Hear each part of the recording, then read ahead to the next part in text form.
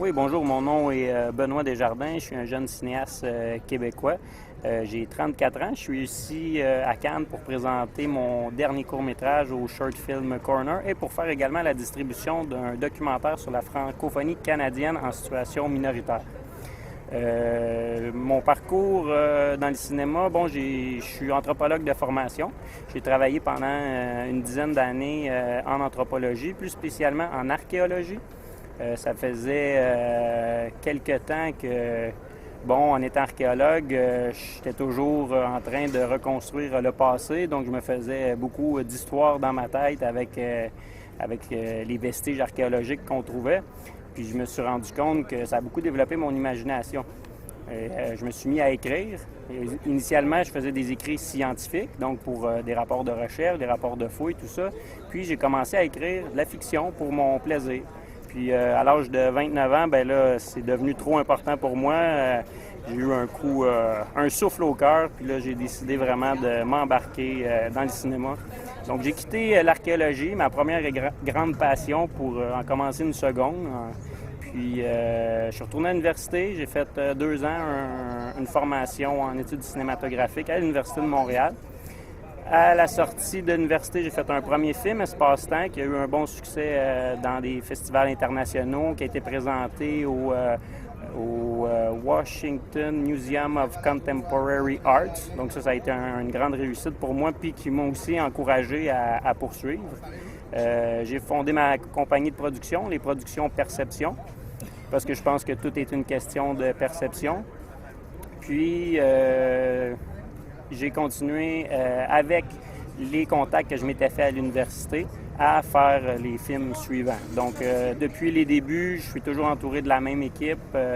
C'est une équipe avec qui j'aime travailler. C'est rendu toutes des amis maintenant, puis ça prend ça de toute façon parce que, comme on le sait, le financement dans le cinéma, c'est pas évident. Puis, ça prend avant tout une bonne équipe autour de soi. Puis, d'un projet à l'autre, j'ai remporté quelques prix au Québec, initialement avec des concours web qui est organisés par l'Office national du film sur des thèmes précis, des thèmes imposés, l'immigration, par exemple, hommage au cinéma québécois.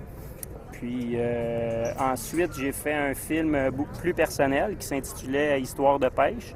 Ce film-là a fait 18 festivals jusqu'à maintenant. J'ai terminé de le produire en novembre 2008. J'ai gagné un prix du public à un festival qui s'appelle Vidéastes recherchés au Québec. Et ensuite de ça, j'ai fait, c'est ça, une série de festivals à travers le monde. Donc en Italie, au Potenza International Short Film Festival, en Grèce, au Drama Short Film Festival, 2 fois en Angleterre, à Dresden en Allemagne, Oldenbourg en Allemagne, donc plusieurs Off-Cours-Trouville en France.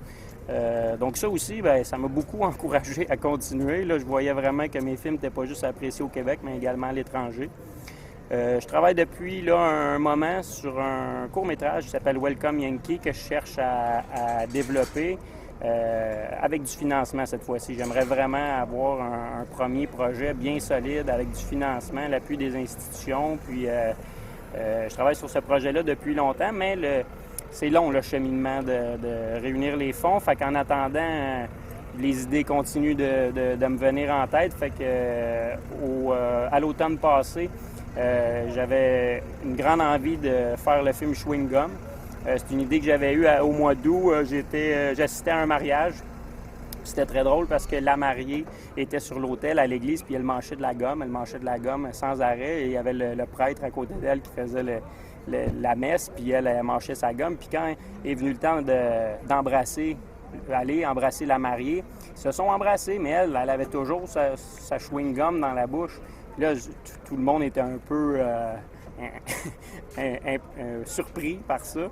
Puis je dis, voyons, c'est trop génial. Puis ça m'a rappelé l'adolescence. Ça m'a rappelé que mes premières blondes, moi aussi, quand j'étais jeune, je les embrassais souvent avec une gomme dans la bouche. À l'adolescence, on prenait pas le temps de cracher la gomme. C'était comme du vite fait. Puis ça m'a rappelé le goût, la saveur de la gomme en embrassant mes premières blondes. Puis c'est ça, je dis, ça serait trop génial. J'imagine un homme âgé qui qui surprend sa femme en voulant l'embrasser comme à leur adolescence avec un chewing-gum. Bon, là, je viens de vous vendre le punch du film. Je sais pas si tu pourras l'arranger au montage ou ce que tu vas décider de faire avec ça.